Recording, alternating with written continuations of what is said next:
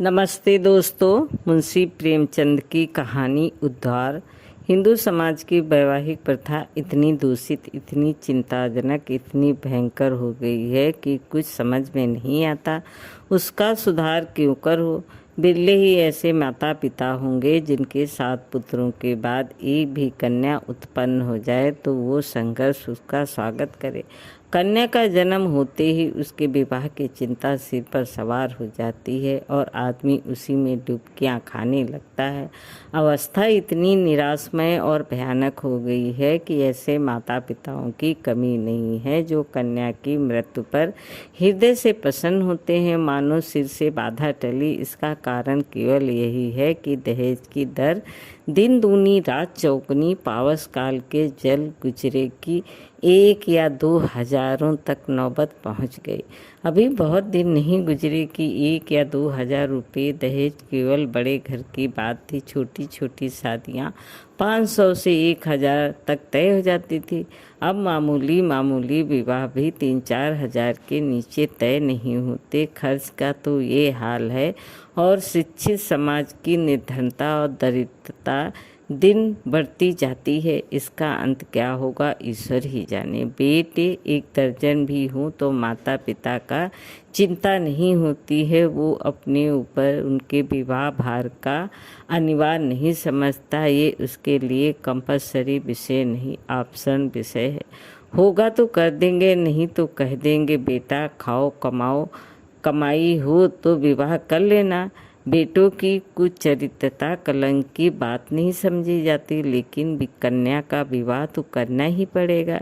उससे भागकर कहाँ जाएंगे। अगर विवाह में विलंब हुआ और कन्या के पांव कहीं ऊंचे नीचे पड़ गए तो फिर कुटुंब की नाक कट गई, वो पतिता हो गया, टाट बाहर कर दिया गया। अगर वो इस दुर्घटना को सफलता के साथ गुप्त रख सका तब तो कोई बात नहीं, उसको कलंकित करने का किसी का साहस नहीं।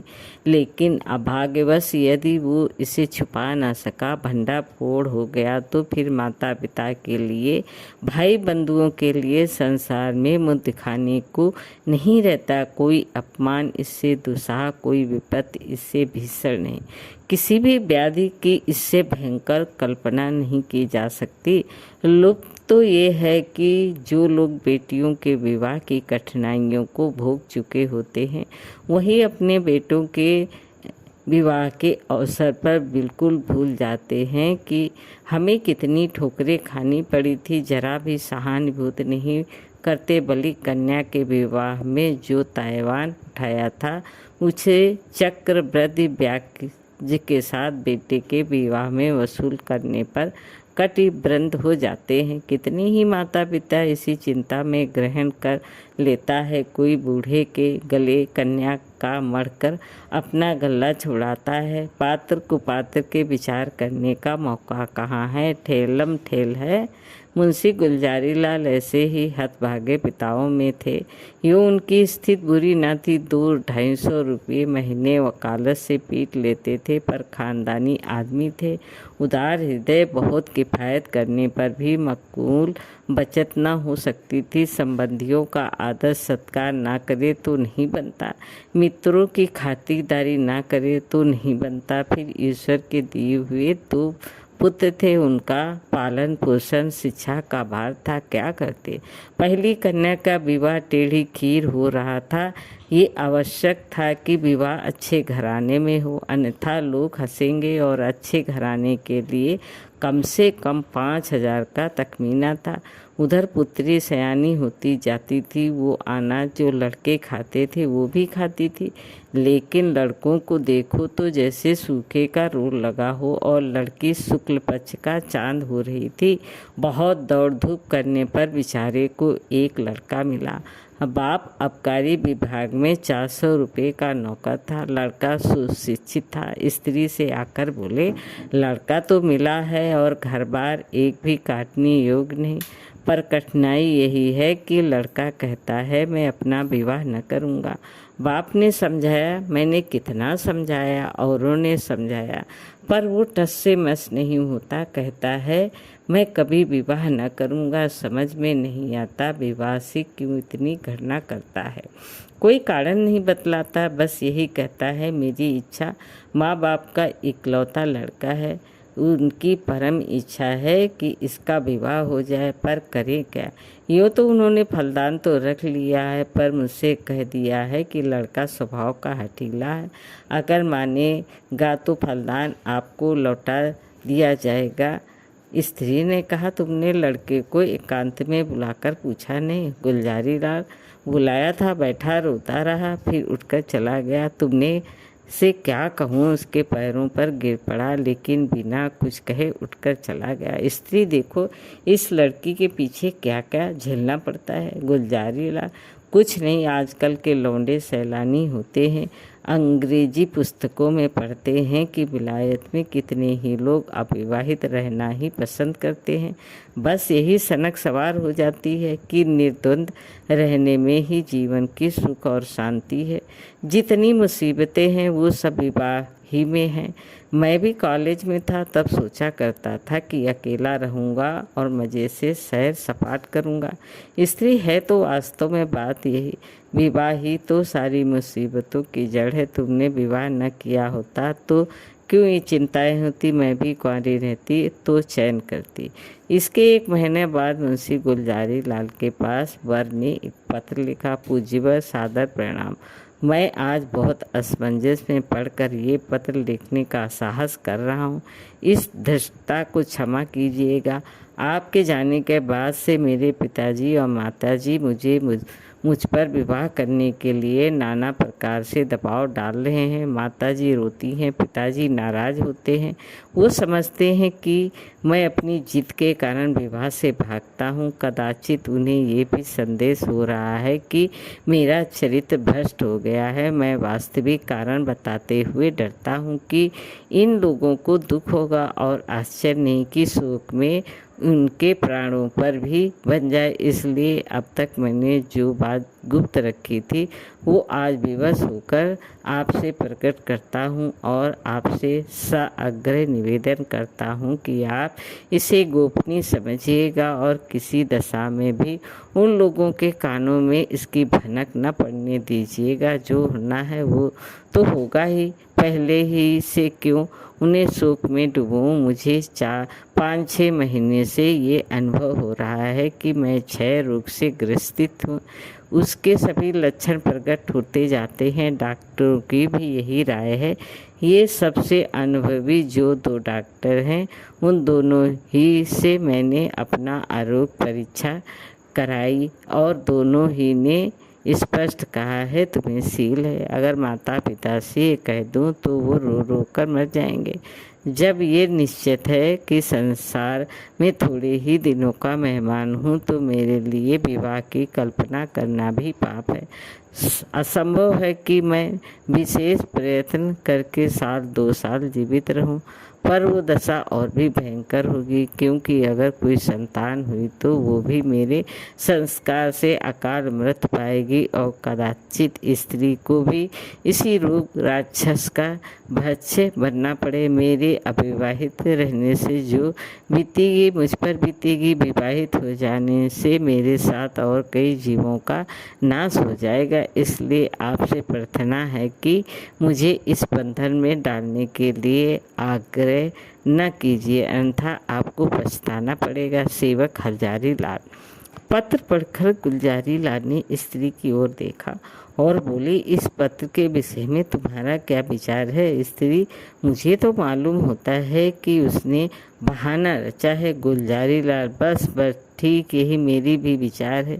उसने समझा है कि बीमारी का बहाना कर दूं तो आप ही हट जाएंगे।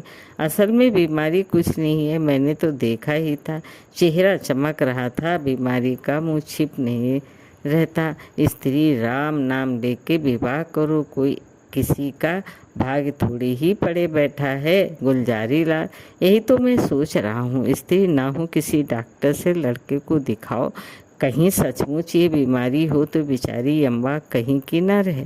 गुलजारे लाल, तुम भी पागल हो क्या? सब हीले हवाले हैं। इन छोकरों के दिल का हाल मैं खूब जानता हूँ। सोचता होगा अभी सैर सपाटे कर रहा हूँ, विवाह हो जाएगा तो ये गुलछरे कैसे उड़ेंगे। स्त्री तो शुभ मुहूर्त देखकर लगन भिजवाने की तैयारी करो। हजारीलाल बड़े धर्म संकट में था। उसके पैरों में जबरदस्ती विवाह की बेड़ी डाली जा रही थी और वो कुछ न कर सकता था। अपने ससुर का अपना कच्चा चिट्ठा कह सुनाया, मगर किसी ने उसकी बातों पर विश्वास नहीं किया। माँ बाप ने अपनी बीमारी का हाल कहने का उसे साहस न होता था। न जाने उसके दिल पर क्या गुजरे, न जाने क्या कर बैठे।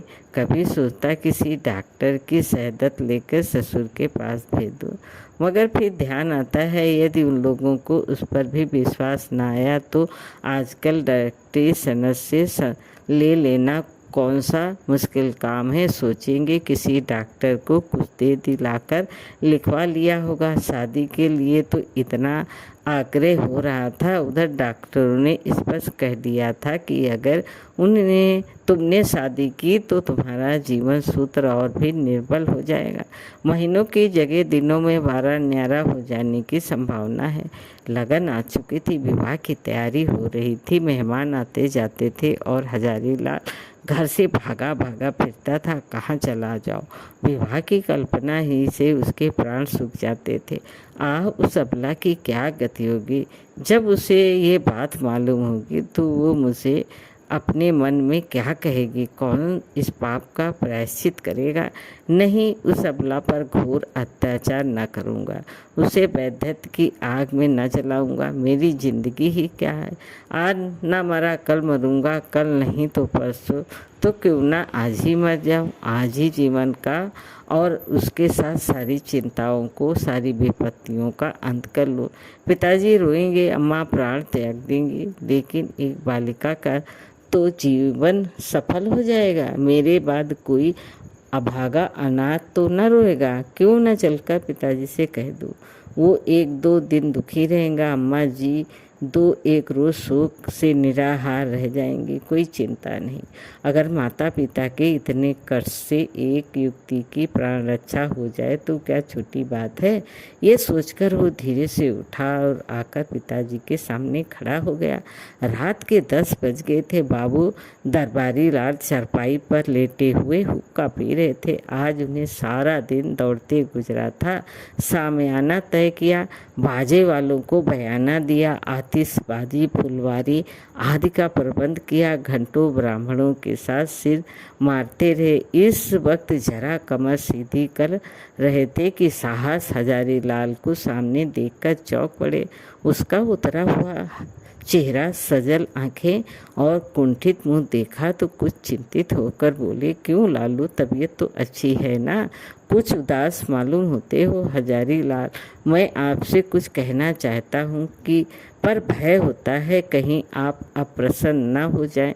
दरबारी लाल समझ गया, वही पुरानी बात है ना, इसके सिवा कोई दूसरी बात हो शौक से कहो। हजारीलाल, खेद है कि मैं उसी विषय में कुछ कहना चाहता हूँ। दरबारी लाल, यही कहना चाहते हो ना? मुझे इस बंधन में न डालिए, मैं इसके अयोग्य हूँ। मैं ये भार सह नहीं सकता। बेड़ी मेरी गर्दन को तोड़ देगी आदि, या और कोई बात नहीं। हजारीलाल जी, नहीं, नई बात, मैं आपकी आज्ञा पालन करने के लिए सब तैयार हूँ। आज्ञा पर एक ऐसी बात है जिसे मैंने अब तक छिपाया था, उसे भी इस पर प्रकट कर देना चाहता हूँ। इसके बाद आप जो कुछ निश्चय करेंगे उसे मैं सिरोधार्य करूँगा। हजारीलाल ने बड़े विनीत भाव से अपना संशय कहा, डॉक्टरों की राय भी बयान की और अंत में बोले, यही दशा में मुझे पूरी आशा है कि आप मुझे विवाह करने के लिए बाध्य न करेंगे। दरबारी लाल ने पुत्र के मुख की ओर और गौर से देखा। कहे जर्दी का नाम न था। इस कथन पर विश्वास न आया, पर अपना अविश्वास छिपाते और अपना हार्दिक शोक प्रकट करने के लिए वो कई मिनट तक गहरी चिंता में मगन रहे। इसके बाद पीड़ित कर्ण से बोले, बेटा इस दशा में तो विवाह करना और भी आवश्यक है। ईश्वर न करे कि हम वो बुरा दिन देखने के लिए जीते रहे, पर विवाह हो जाने से तुम्हारी कोई निशानी तो रह जाएगी। ईश्वर ने कोई संतान न दी तो वही हमारे बुढ़ापे की लाठी होगी, उसी का मुंह देख रेख कर दिल को समझाएंगे। जीवन का कुछ आधार तो रहेगा, फिर आगे क्या होगा ये कौन कह सकता है। डॉक्टर किसी की कर्म रेखा तो नहीं पढ़े थे। ईश्वर की लीला अपरंपार है, डॉक्टर उसे नहीं समझा सकते। तुम निश्चित होकर बैठो, हम जो कुछ करते हैं करने दो, भगवान चाहेंगे तो सब कल्याण ही होगा। हजारी लाल ने इसका कोई उत्तर न दिया, आंखें डबडबाई। कंठ अवरोध के कारण मुंह तक न खोल सका। चुपके से आकर अपने कमरे में लेटा रहा। 3 दिन और गुजर गए, पर हजारी लाल कुछ निश्चय न कर सका। विवाह की तैयारी में रखे जा चुके थे। मैत्रियों की पूजा हो रही थी और द्वार पर बाजों का शोर मचा हुआ था। मोहल्ले के लड़के जमा होकर बाजा सुनते थे और उल्लास से इधर उधर दौड़ते थे। संध्या हो गई थी। बारात आज रात की गाड़ी से जाने वाली थी। बारातियों ने अपने वस्त्र आभूषण पहनने शुरू किए। कोई नाई से बाल बनवाता था और चाहता था कि खत ऐसा साफ हो जाए मानो वहाँ बाल कभी थे ही नहीं। बूढ़े अपने पके बाल को उखड़वा कर जवान बनने की चेष्टा कर रहे थे। तेल साबुन उपटन की लूट मची थी और हजारी लाल बगीचे में एक वृक्ष के नीचे उदास बैठा हुआ सोच रहा था, क्या करूं। अंतिम निश्चय की घड़ी सिर पर खड़ी थी। अब एक क्षण भी विलम्ब करने का मौका न था। अपनी वेदना किससे कहूँ, कोई सुनने वाला न था। उसने सोचा, हमारे माता पिता कितने अदूरदर्शी हैं। अपनी उमंग में इन्हें इतना भी नहीं सोचता है कि वधू पर क्या गुजरेगी। वधू के माता पिता कितने अदूरदर्शी हैं। अपनी उमंग में भी इतने अंधे हो रहे हैं कि देखकर भी नहीं देखते, जानकर नहीं जानते। क्या वो विवाह है? कदापि नहीं। ये तो लड़की का कुएं में ढक डालना है, भाड़ में झोंकना है, कुंद छोरे से रेतना है। कोई यातना इतनी दुस्साह कर अपनी पुत्री का वैधत्य के अग्निकुंड में डाल देते हैं। ये माता पिता हैं? कदापि नहीं। ये लड़की के शत्रु हैं, कसाई हैं, बंधक हैं, हत्यारे हैं। क्या इनके लिए कोई दंड नहीं है? जो जानबूझकर अपनी प्रिय संतान के खून से अपने हाथ रंगते हैं, उसके लिए कोई दंड नहीं। समाज भी उन्हें दंड नहीं देता, कोई कुछ नहीं कहता। हाय, ये सोचकर हजारी लाल उठा और एक ओर चुपचाप चल दिया। उसके मुख पर तेज छाया हुआ था। उसने आत्म बलिदान से इस कष्ट का निवारण करने का दृढ़ संकल्प कर लिया था। उसे मृत्यु का लेश मात्र भी भय न था। वो उस दशा का पहुंच चुका था जब सारी आशाएं मृत्यु पर ही अवलंबित हो जाती हैं। उस दिन से फिर किसी ने हजारी लाल की सूरत नहीं देखी। मालूम नहीं जमीन खा गई या आसमान, नदियों में जाल डाले गए, कुएं में बांस पड़ गए, पुलिस में हुलिया गया, समाचार पत्रों में विज्ञप्ति निकाली गई, पर कहीं पता न चला। कई हफ्तों के बाद 96 रेलवे से 1 मील पश्चिम की ओर सड़क पर कुछ हड्डियां मिली। लोगों को अनुमान हुआ कि हजारी लाल ने गाड़ी के नीचे दबकर जान दी, पर यह निश्चित रूप से कुछ न मालूम हुआ। भादों का महीना था और तीज का दिन था। घरों में सफाई हो रही थी। सौभाग्यवती रमणियाँ सोलह श्रृंगार किए गंगा स्नान करने जा रही थी। अम्बा स्नान करके लौट आई थी और तुलसी के कच्चे चबूतरे के सामने खड़ी वंदना कर रही थी। पति गृह में उसे ये पहली ही तीज थी। बड़ी उमंगों से व्रत रखा था। साहस उसके पति ने अंदर आकर उसे साहस नेत्रों से देखा और बोला, मुंशी दरबारी लाल तुम्हारे कौन होते हैं? ये उनके यहाँ से तुम्हारे लिए तीज पठौनी आई है, अभी डाकिया दे गया। ये कहकर उसने एक पार्सल चारपाई पर रख दिया। दरबारी लाल का नाम सुनते ही अम्बा की आंखें सजल हो गई। वो लपकी हुई आई और पार्षद स्मृतियाँ जीवित हो गईं। हृदय में हजारी लाल के प्रति श्रद्धा का एक उद्गार सा उठ पड़ा। आह, ये उसी देव आत्मा के आत्म बलिदान का पुनीत फल है कि मुझे ये दिन देखना नसीब हुआ। ईश्वर उन्हें सद्गति दे। वो आदमी नहीं, देवता था जिसने अपने कल्याण के निमित्त अपने प्राण तक समर्पण कर दिए। पति ने पूछा, दरबारी लाल तुम्हारे चाचा हैं? अम्बा, हाँ। पति, इस पत्र में हजारी लाल का नाम लिखा है। ये कौन है? अम्बा, ये मुंशी दरबारी लाल के बेटे हैं। पति, तुम्हारे चचेरे भाई? अम्बा, नहीं, मेरे परम दयालु उद्धारक, जीवनदाता, मुझे अथाह जल में डूबने से बचाने वाले, मुझे सौभाग्य का वरदान देने वाले। पति ने इस भाव से कहा मानो कोई भूली हुई बात याद आ गई हो। आह, मैं समझ गया, वास्तव में वो मनुष्य नहीं, देवता थे। दोस्तों, कहानी कैसी लगी? लाइक करें, सब्सक्राइब करें। धन्यवाद।